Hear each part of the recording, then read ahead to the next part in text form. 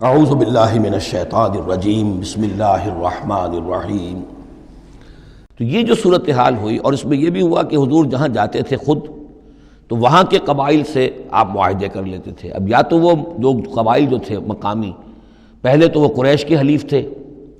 اب یا تو وہ حضور کے حلیف ہو گئے، مسلمانوں کے حلیف ہو گئے، تو قریش کی طاقت کم ہوئی، مسلمانوں کی بڑھ گئی،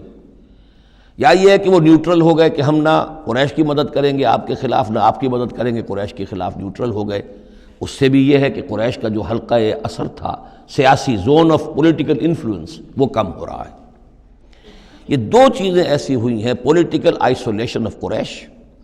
and economic blockade of Mecca, جس کے نتیجے میں مکے والے جو ہیں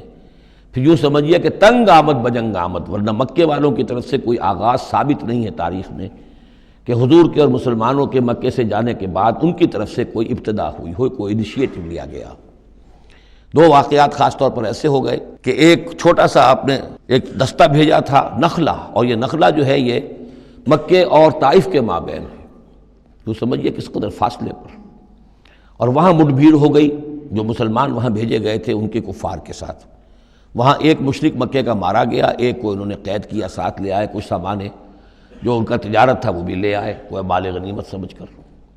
تو حضور اگرچہ ناراض ہوئے کہ میں نے تمہیں لڑنے کا حکم نہیں دیا تھا، میں نے اس لیے بھیجا تھا کہ وہاں رہو اور قریش کی نقل و حرکت سے ہمیں مطلع کرتے رہو، لیکن اب سچویشن پیدا ہو گئی، گویا کہ یہ چاہے ارادہ تھا یا نہیں تھا، ڈی فیکٹو شکل یہی ہوئی کہ اقدام ہو گیا مسلمانوں کی طرف سے، اب آغاز ہو گیا مسلمانوں کی طرف سے۔ ادھر جب ابو سفیان لے کر جا رہے تھے بہت بڑا قافلہ شام کی طرف، تو حضور نے اس کا تعاقب کیا، لیکن وہ تیزی سے نکل گئے تھے۔ لیکن جب واپس آ رہے تھے اور 50,000 دینار کا سامان تھا ان کے قافلے کے اندر، بہت لدا پدا قافلہ، انہیں یہ خطرہ ہوا کہ اب پھر محمد صلی اللہ علیہ وسلم اور ان کے ساتھی کہیں لوٹیں گے ہمیں اور ہمارے اوپر حملہ کریں گے، روکیں گے ہمارا راستہ۔ تو انہوں نے یہ کی دوہری حکمت عملی کی کہ ایک تو یہ کہ ایک سوار بھیجا آگے تیزی کے ساتھ دوڑایا کہ مکے جاؤ اور کہو کہ ہمارے قافلے کو خطرہ ہے محمد سے صلی اللہ علیہ وسلم، لہذا مدد بھیجو۔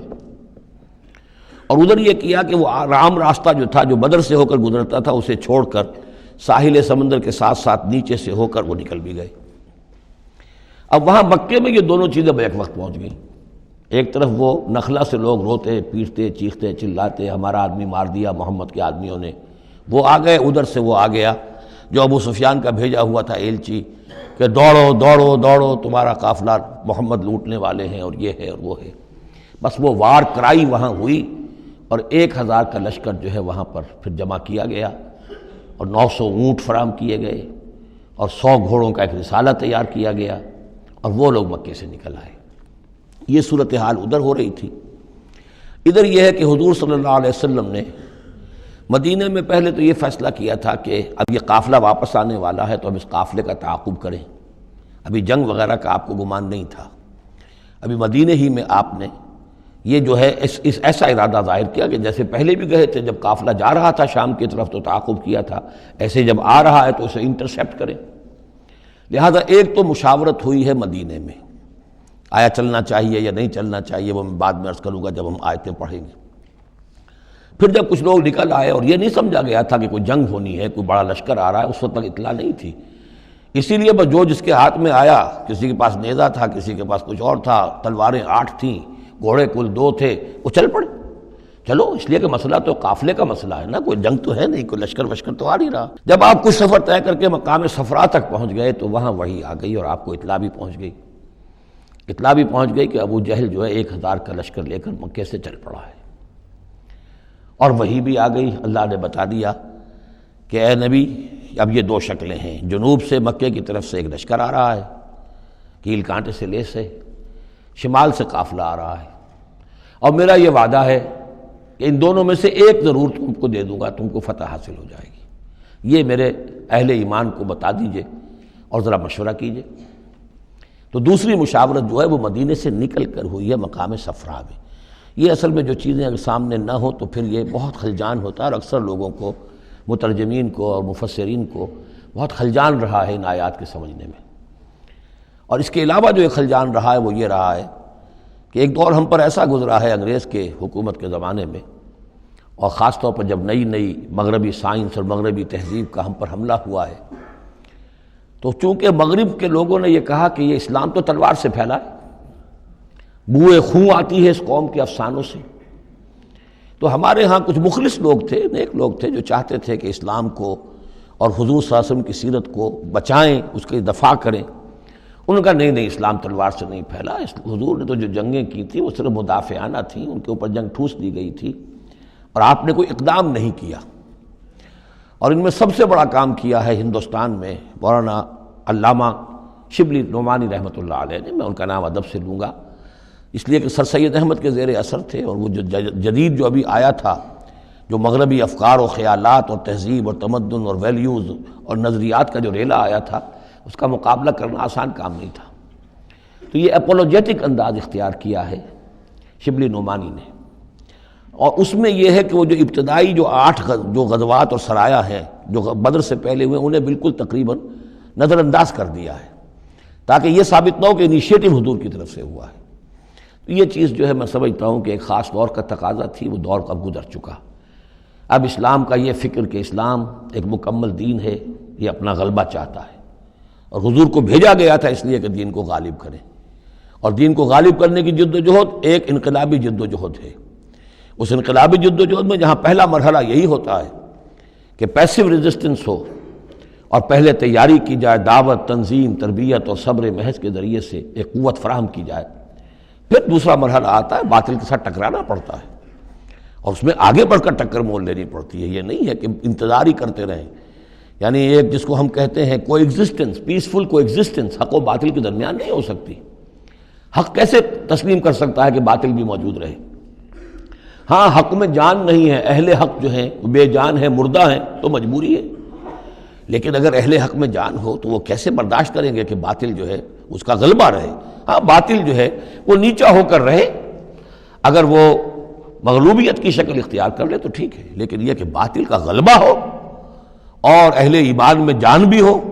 تو یہ دو چیزیں جو ہیں یہ تو ایک دوسرے سے بالکل متضاد ہیں۔ جیسے حضرت ابوبکر نے فرمایا تھا ایبدل الدین وانا حی، کیا دین میں ترمیم کی جائے گی جبکہ ابھی میں زندہ ہوں؟ میرے جیتے جی دین کے اندر ترمیم یہ ممکن نہیں ہے۔